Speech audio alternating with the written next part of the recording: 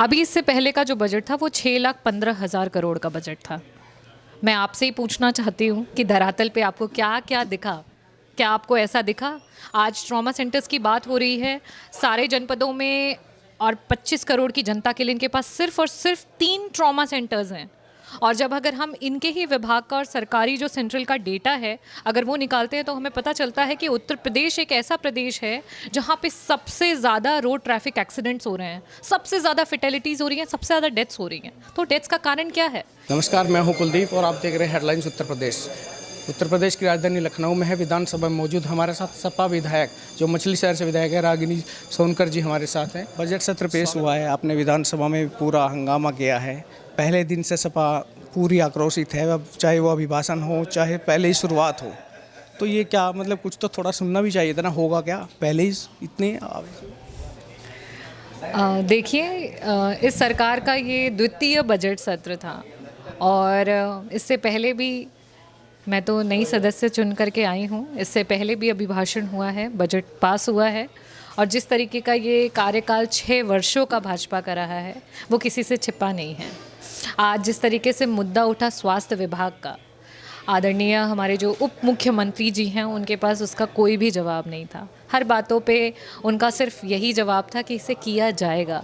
ना तो यह सरकार किसी काम के लिए कोई समय की बाध्यता या समय सीमा को निर्देशित कर रही है और ना ही इस तरीके के कोई काम कर रही है। वो सिर्फ और सिर्फ एक जुमलेबाजी की सरकार जो है उसको चला रही है। तो हमारा जो अभिभाषण को लेकर के और बजट को लेकर के जिस तरीके से हमने किया वो सिर्फ यही, जनता ये करना चाह रही है और जनता कर नहीं पा रही है तो हम जनता के लिए कर रहे हैं।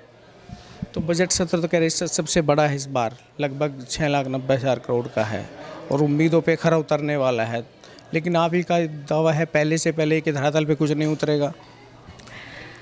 अभी प्रतीक्षा तो करनी पड़ेगी ना। अभी इससे पहले का जो बजट था वो 6,15,000 करोड़ का बजट था।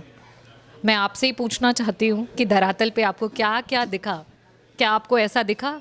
आज ट्रॉमा सेंटर्स की बात हो रही है, सारे जनपदों में और 25 करोड़ की जनता के लिए इनके पास सिर्फ और सिर्फ 3 ट्रॉमा सेंटर्स हैं।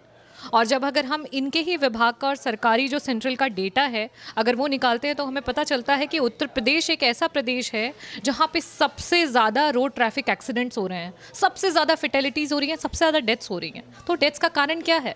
क्योंकि हमारे पास ना तो ट्रॉमा सेंटर्स हैं, ना तो हमारे पास एडवांस लाइफ सपोर्ट के वो एम्बुलेंसेज हैं जो टाइम से उनको हॉस्पिटल तक पहुँचा सकें। और साथ ही साथ मैंने ये भी पूछा कि जो हमारे, एक तो डॉक्टर्स की कमी है ही है, लेकिन जिन डॉक्टर्स को आपने इमरजेंसी में लगा रखा है क्या उनको इस तरीके से शिक्षा या इस तरीके की ट्रेनिंग दी जा रही है एडवांस लाइफ सपोर्ट के लिए कि वो उस तरीके से पेशेंट्स को मैनेज कर पाए? जो भी कारण है उन पे कोई वर्क नहीं हो रहा है। आज इतनी डेथ्स हो रही हैं, सरकार उस पर जवाब क्यों नहीं दे रही है? क्यों वो उन्होंने चुप्पी साध ली? और साथ ही साथ जब भी इस तरीके की डेथ्स होती हैं, आपके ट्रॉमा सेंटर्स पे बेड नहीं है, आपको किसी ना किसी प्राइवेट अस्पताल में अपने पेशेंट को मजबूरन लेकर के जाना पड़ता है और वहाँ के जो आईसीयू के चार्जेस होते हैं, वहाँ पे न्यूरो सर्जरी की जो सुविधा होती है उसकी जिस तरीके के बिल्स आते हैं, कोई भी परिवार उसको देने में सक्षम नहीं रहता है। बहुत सारी कठिनाइयों का सामना उठाना पड़ता है। मैंने सरकार से ये भी पूछा कि जब तक आप असमर्थ हैं ट्रॉमा सेंटर्स बनवाने के लिए और आईसीयू के बेड्स बढ़वाने के लिए, न्यूरो सर्जन्स प्रोवाइड करने के लिए, तब तक के लिए जो भी हमारी जनता है जो भी किसी प्राइवेट अस्पताल में आरटीए की शिकार हुई है और अपना इलाज करा रही है, क्या सरकार उसका उपचार का जितना भी उसका पेमेंट होता है क्या उसको वो वहन करेगी? तो उनका कोई जवाब नहीं आया। कानून व्यवस्था को लेकर भी लगातार बातें उतरी हैं, तमाम ऐसी घटनाएं हुई हैं। अब कल परसों भी ऐसी घटना हुई इलाहाबाद में, फिर चर्चा चली, लेकिन योगी का साफ कहना है कि सारे गुंडे सपा पोषित हैं। देखिए, 6 साल की इनकी सरकार और अभी से ये सिर्फ अभी तक सिर्फ और सिर्फ जो पुरानी सत्ता है उसे हर बात पे दोष दे दिए जा रहे हैं। हर बात पे उसे ये कहे जा रहे हैं कि ये आपका है, ये आपका है। ये स्वयं में ये दर्शाता है, ये स्वयं में एक उनकी पिक्चर शो करता है, प्रोजेक्ट करता है कि आप नो टॉलरेंस का सिर्फ ढकोसला कर रहे हैं। और ये जो सरकार है वो खोखली सरकार है, क्योंकि जिस तरीके की घटना हुई, जिस तरीके से बॉम्बार्डमेंट हुई, जिस तरीके से मतलब सरकारी जो पुलिसकर्मी थे उनको मार दिया गया, एक गंभीर तरीके से अभी जो है गंभीर सिचुएशन में है, अस्पताल में भर्ती है, तो ये क्या दर्शा रहा है? और आज तो सोशल मीडिया के द्वारा जनता में, जनमानस के पास हर चीज़, हर मतलब क्विकली पहुंच जा रही है. So everyone is knowing that what is the reality on the ground. आप खुद भी एक डॉक्टर एमबीबीएस की हैं, तो स्वास्थ्य पे काफ़ी आपने चर्चा भी की है, तो आपकी नज़रिए में क्या सुझाव है जो सरकार को करने चाहिए और जो नहीं हो पाया आज तक? देखिए, मैंने आज भी ये सुझाव दिया. जिस तरीके से डेंगू पे भी बात हुई थी, काफ़ी सारे मुद्दे उठे थे, तो सरकार को पहले तो इंफ्रास्ट्रक्चर के साथ साथ उसके मैनेजमेंट पे, जो आपका इक्वल डिस्ट्रीब्यूशन है बजट का, उस पे उन्हें ध्यान देना चाहिए. Number of doctors, quality of doctors और उसे किस तरीके से इम्प्रूव कर सकते हैं, उस पे उन्हें ध्यान देना चाहिए.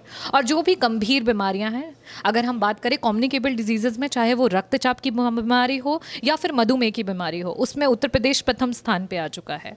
और अभी का जो डेटा है उसमें 3 लाख लोग हैं जो ऑलरेडी डायग्नोज्ड हैं. They are suffering from hypertension as well as आपका डायबिटीज़ मेलाइटिस. तो इस तरीके की बीमारियों के जो कॉम्प्लिकेशंस होते हैं उसमें आपके डायलिसिस की ज़रूरत पड़ती है. तो इन सुविधाओं को मैं चाहूँगी कि गवर्नमेंट इस पे सीरियसली सोचे. जो भी कम्युनिटी हेल्थ सेंटर्स हैं, जो भी सामुदायिक स्वास्थ्य केंद्र जो हैं, जिनकी व्यवस्था है, जो अच्छे इंफ्रास्ट्रक्चर्स हैं, वहाँ पे डायलिसिस के 5-5 यूनिट हर विधानसभा में मैं डालने की मांग करूँगी. और साथ ही साथ ये भी चाहूँगी कि वहाँ पे टेक्नीशियंस को रखा जाए, प्रॉपर हेपा फिल्टर्स इन्फेक्शंस को अवॉइड करने के लिए लगाया जाए. और जो भी हमारे नेफ्रोलॉजिस्ट हैं, जो भी हमारे डिस्ट्रिक्ट हॉस्पिटल में पोस्टेड हैं, वो डॉक्टर्स कम से कम वीक में 2 विजिट्स करके विधानसभा में जो हमारे मरीज़ हैं उनको लाभ पहुंचाएं.